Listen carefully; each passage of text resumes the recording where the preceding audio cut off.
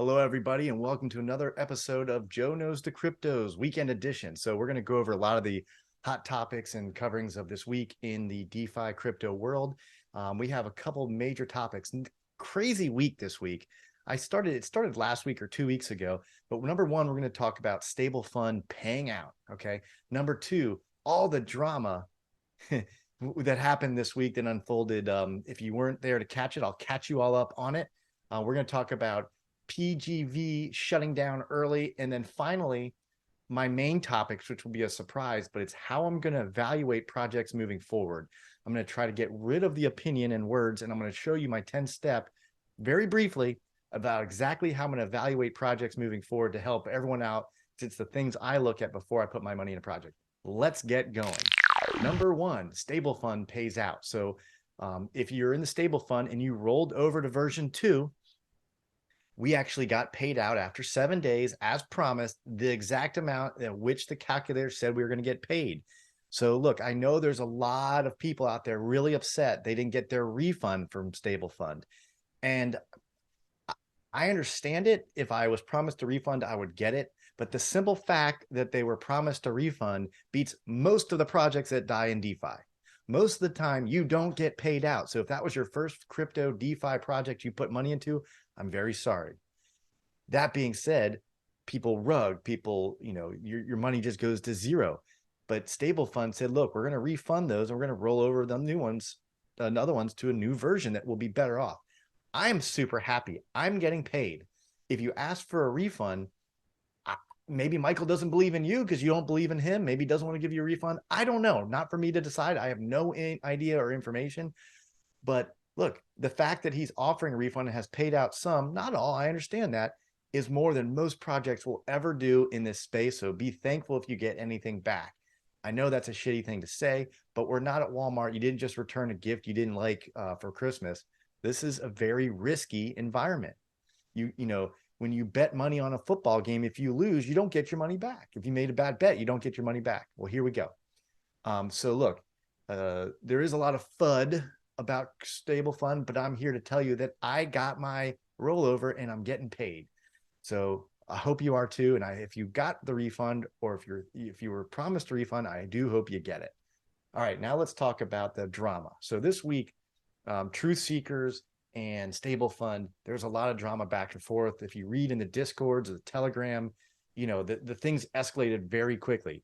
I think Lou from Truth Seekers, who's their CEO, was unhappy he couldn't get Michael from Stable Fund on the line instantly. I think he gave him 24 hours. I don't know. But there's a lot of drama back and forth, and it affected both of their projects.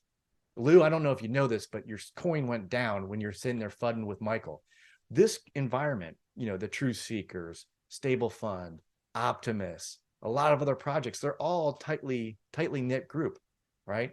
And when you start knocking on one, when one starts messing with the other, it's going to affect all of these projects. It doesn't help any of them. Now, I understand both of their perspectives. I'm not here to say one is better than the other.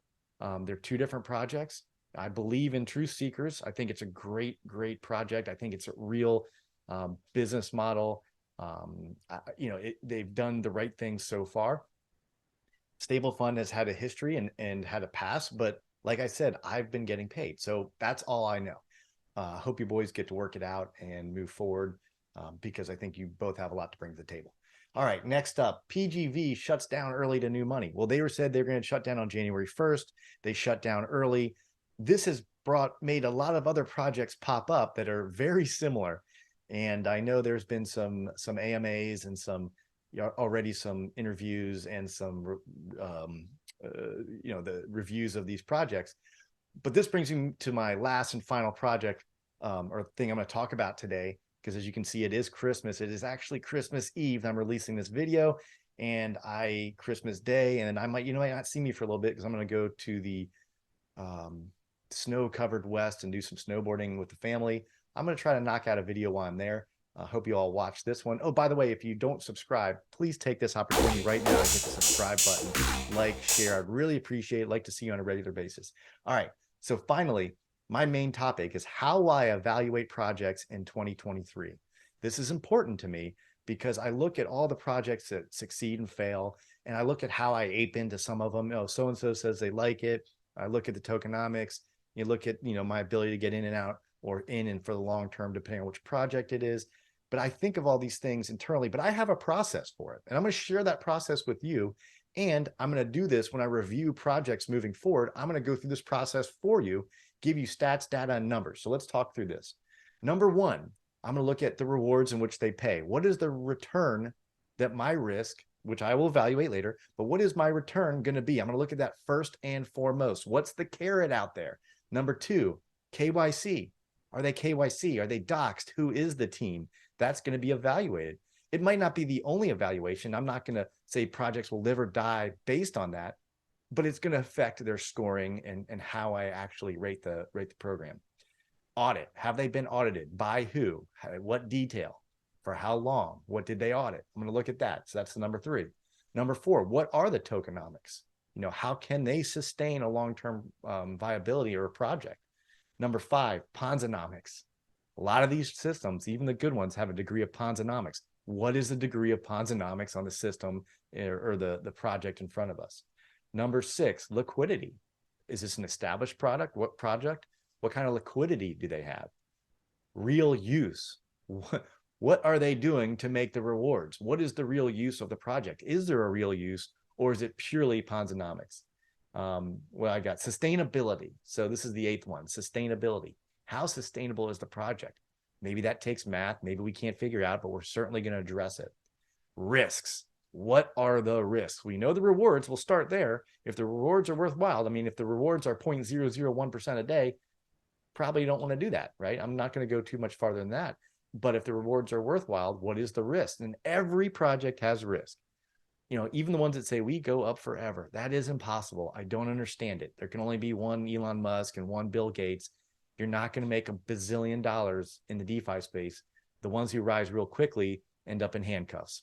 Not always. So this is not financial advice, but all right. Then we're going to conclude and review everything. So those are the 10 steps: rewards, KYC team, audit, tokenomics, Ponzinomics, liquidity, real use, sustainability, risks, and conclusion. It sounds like a lot, but we could probably get through that on a project in, 10, 15 minutes, and we'll make it worthwhile for you. So in the meantime, have a Merry Christmas, a Happy Hanukkah, a Kwanzaa, whatever you celebrate. I celebrate Christmas, so I'm going to wish you a Merry Christmas, but feel welcome to wish me a Merry whatever you do. I'm respectful of it, and I appreciate you for all that you do. Have a Merry Christmas, and we'll probably see you before the new year. That's all. Talk to you soon.